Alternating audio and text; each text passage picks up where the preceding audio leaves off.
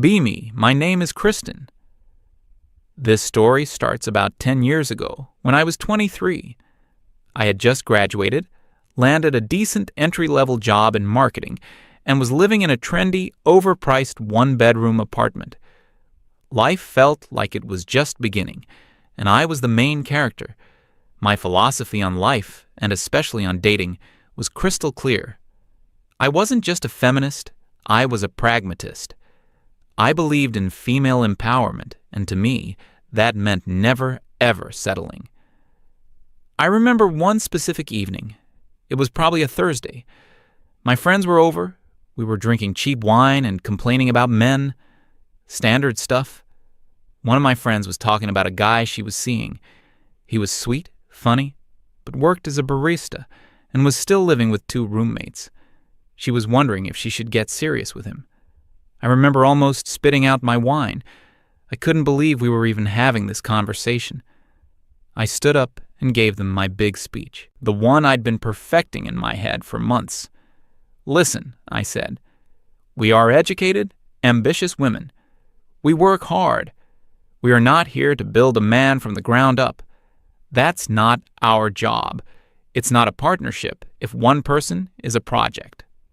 My rules were simple, and I laid them out for my friends like they were commandments. A man, by the age of 25, needed to have 2 things to even be considered dateable: his own car and his own place. Not a roommate situation, not his parents' basement. His own. To me, it wasn't about money. It was about stability. It was a benchmark for maturity, ambition, and basic competence. A car meant he wasn't a child anymore, dependent on public transport or bumming rides. A place of his own meant he was responsible. A guy without a car and a place isn't a man, I declared. He's a boy with a job. My friends all nodded. They were completely on board. My words validated the frustration they all felt. We were a united front of high standards. In that same apartment building, on the same floor as me, lived a guy. I didn't know his name at first. I just called him the bus stop guy in my head. His name was Leo. I found that out later. He looked to be about my age, maybe a year or 2 older. He was quiet, always wore simple clothes like hoodies and jeans, and carried a backpack everywhere. My first real interaction with him was a few weeks after my commandments speech. I was coming back from a massive grocery run, trying to carry 4 overloaded bags at once because I refused to make 2 trips. Of course, one of the paper bags tore right as I was fumbling for my keys. An avalanche of apples, yogurt cups, and a box of cereal cascaded across the hallway floor. Just my luck, Leo was walking out of his apartment right at that moment. He had this slightly awkward but kind look on his face. He immediately rushed to help, saying something about how those paper bags were the worst. I was so embarrassed and annoyed. I just wanted to get inside and be done with the day. I remember snapping, "I've got it," in a tone that was much colder than necessary. I looked at him, really looked at him for the first time. Worn-out sneakers, a faded band t-shirt. He didn't scream ambition. He screamed roommate and a bus pass. He backed off, looking a little hurt, and just said, "Okay, well, have a good one." In my mind, he was instantly and permanently categorized. A no. Not even a maybe if I was desperate. A hard no. A month or so later, I matched with Blake on a dating app. Blake was the physical embodiment of my checklist. He was 28, vice president at some finance firm. His profile pictures were a mix of him in a tailored suit, on a sailboat, and skiing in Aspen. Our first date, he picked me up in a black BMW that still had that new car smell. The leather seats felt like butter. He took me to a steakhouse where the water cost more than my lunch. The entire conversation was about him, his portfolio, his recent promotion, a business trip to Singapore he was planning. I was captivated. This was it. This was what a high-value man looked and sounded like. He was confident, successful, and didn't need me to build him. He was already built, We started dating. The first few months were a blur of expensive dinners, rooftop bars, and weekend getaways he paid for without a second thought. He bought me a designer handbag for my birthday. My friends were green with envy. I felt like I had won. I was living proof that my philosophy worked. You hold out for the best, and you get the best. But there were little red flags. He rarely talked about the future. Anytime I tried to have a "what are we" conversation, he'd skillfully change the subject. He was emotionally distant, like a beautiful, well-furnished room that you weren't allowed to actually live in. I ignored it. I told myself that successful men were just busy. They didn't have time for a lot of emotional fluff. This was the price of admission for dating in the big leagues. Meanwhile, life in the apartment building continued. I would see Leo in the hallways occasionally. He'd give a small, polite nod, and I'd give one back. We never spoke again after the grocery bag incident. One day I saw him with a girl. She was pretty, but in a very understated way. No heavy makeup, no designer clothes. She was wearing jeans and a simple sweater. Her name was Emily. They were holding hands and laughing about something as they waited for the elevator. They looked comfortable, happy in a quiet, domestic way that I secretly found boring. I remember thinking, well, good for him. He found someone on his level. It was a condescending thought, and I knew it, but it made me feel better about my own complicated situation with Blake. They were a Honda Civic, and I was dating a BMW. There was no comparison. Sometimes, late at night, I would notice the light was still on in Leo's apartment across the courtyard. I could see his silhouette at his desk. I just figured he was a gamer or a night owl, wasting time on the internet. My relationship with Blake lasted about 1.5 years. It ended exactly how you'd expect. I finally pushed the "what are we" conversation too hard. I wanted to know where we were going. He gave me the classic speech. He wasn't looking for anything serious right now. He was focused on his career. He thought we were just having fun.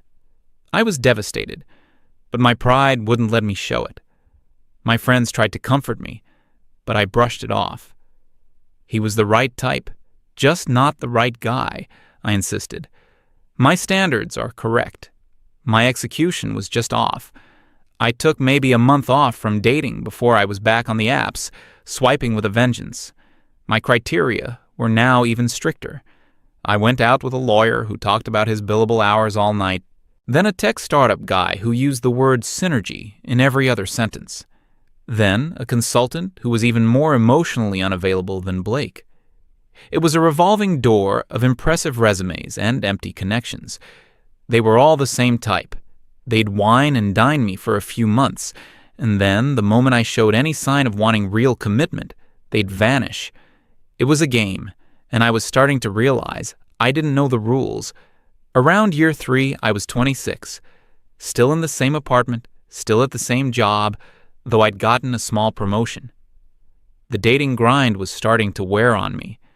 The constant effort of presenting a perfect version of myself, the small talk, the eventual disappointment. It was exhausting. One Saturday, I was doing laundry in the building's basement facility. Leo and Emily came in, carrying their own basket. They smiled at me. This time, I managed a small, genuine "hey" back. They were talking about a piece of furniture they wanted to buy for their apartment, a bookshelf. They were debating between 2 different kinds, their heads close together as they looked at a picture on Emily's phone. It was such a normal, mundane conversation. But there was an easy intimacy to it that I hadn't realized I was missing. They were a team. They were building a life, one bookshelf at a time. I finished my laundry quickly and went back to my apartment, which suddenly felt very quiet and very empty. My designer handbag from Blake was sitting on my dresser. It didn't feel like a trophy anymore. It just felt like a thing. Years 4 and 5 were a blur. I was in my late 20s. A couple of my close friends, the same ones who had cheered on my high standards speech, started to drop off. One met a guy, a high school teacher. He didn't own a car for the first year they dated because he lived close to work. He definitely didn't own his own place. By my rules, he was an automatic disqualification. She fell in love with him. I remember her telling me she was engaged. I tried to be happy for her, but all I could think was, "You settled. You gave up." She must have seen it on my face. She told me, "Kristen, he makes me happy. He's kind, and he supports me. That's the real high value." I didn't get it. I thought she was just making excuses. 6 months later, another friend got married to a plumber she'd known since college. He ran his own small business. They bought a small house in the suburbs. My social circle was shrinking, replaced by couples. I was becoming the token single friend, the one they'd try to set up with their weird cousin who works in IT. I was still seeing glimpses of Leo and Emily's life. One day, I saw them in the parking lot. They were standing next to a brand new but very sensible Toyota sedan. Leo was showing Emily how to use the Bluetooth feature. They were laughing. He had bought a car. Not long after that, I saw them moving out of their one-bedroom apartment. I felt a brief flash of triumph, thinking they were leaving. But they were just moving upstairs, into one of the 2-bedroom units. They were upgrading. I was still in the same one-bedroom apartment I'd moved into at 22. The logic was undeniable. He had a car. He had a bigger place. According to my own rules, he was now technically on the list of dateable men. The thought was so absurd, it almost made me laugh. But there was no humor in it. There was just a growing, gnawing feeling in the pit of my stomach that I was missing something fundamental about how the world worked. I pushed the feeling down. I doubled down on my strategy. I told myself my person was still out there. He was probably just stuck in traffic in his Mercedes on his way to find me. I was almost 30. The clock was ticking, and I was starting to hear it. Every single day, my 30th birthday came and went. Birthday came. I threw a party for myself, invited everyone I knew. It was a loud, expensive affair designed to convince myself I was thriving. It felt hollow. Many of my friends had to leave early to get back to babysitters.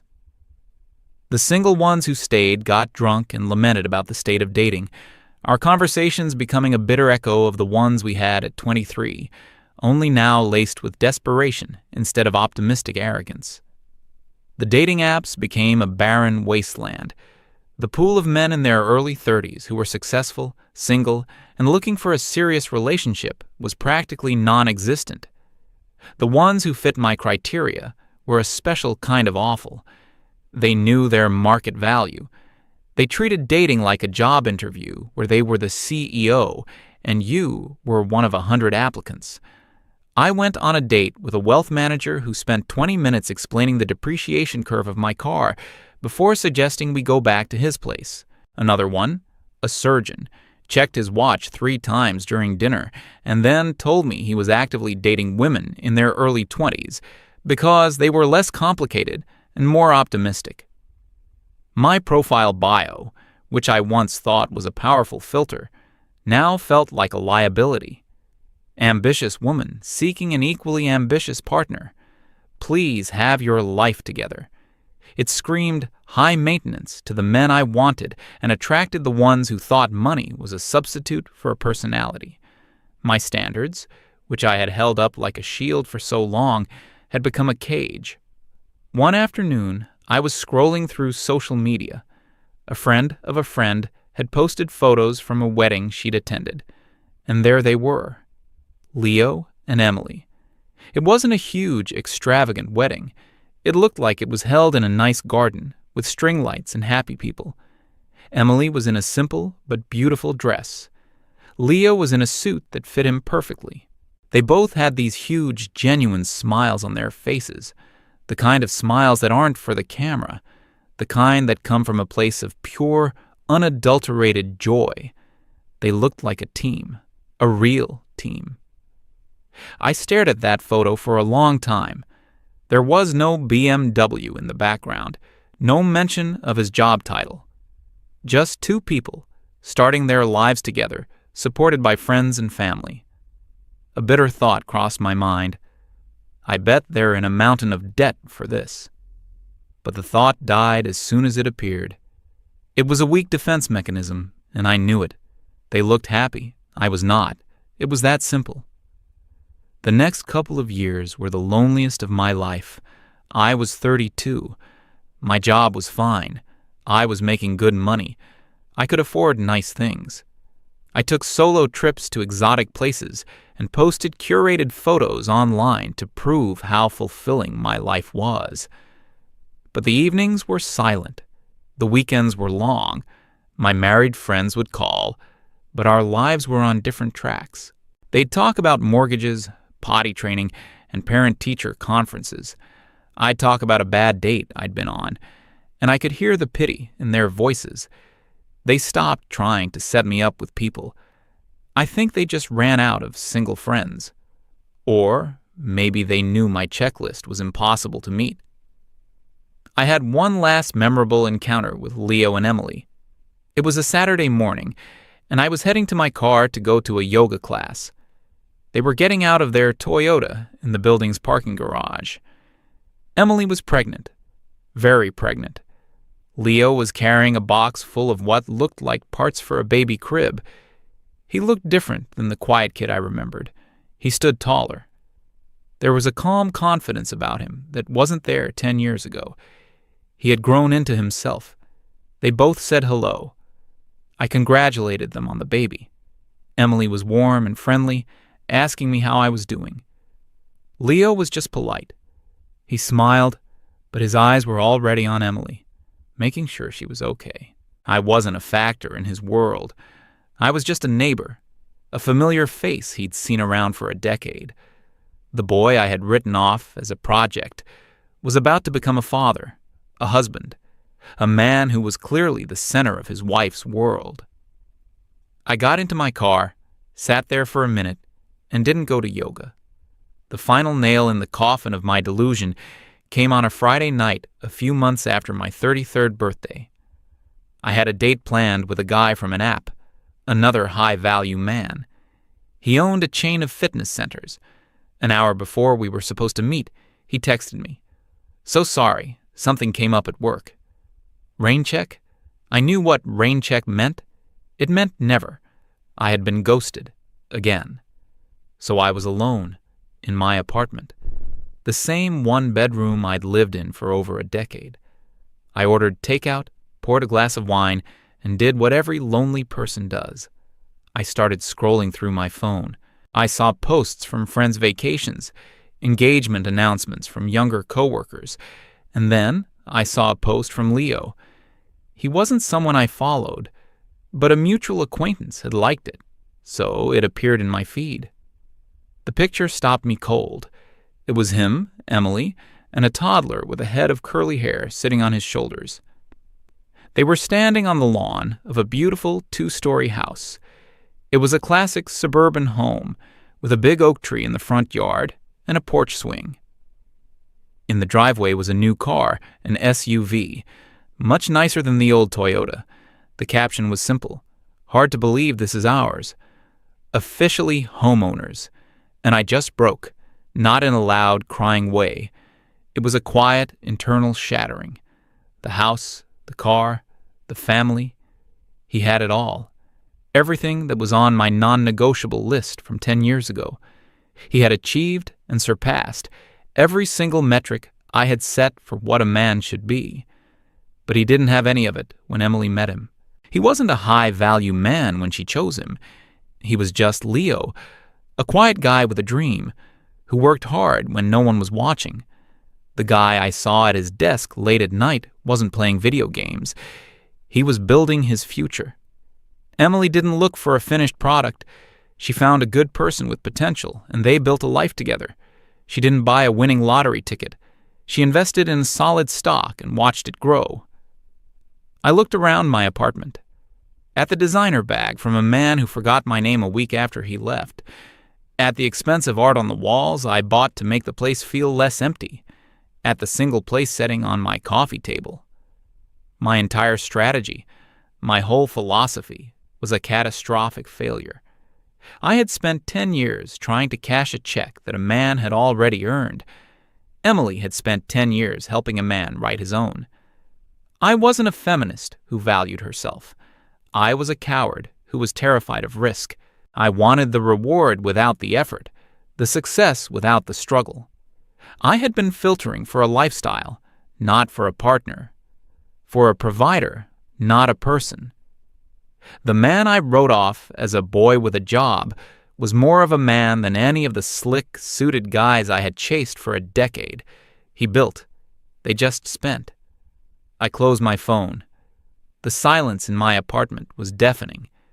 For the first time, I didn't blame the men, the apps, or society. The fault was mine. My standards weren't high. They were just aimed at all the wrong things. Character, loyalty, partnership, kindness, teamwork. Those were the real high-value assets. And I had spent 10 years walking right past them in the hallway, too arrogant and too blind to see.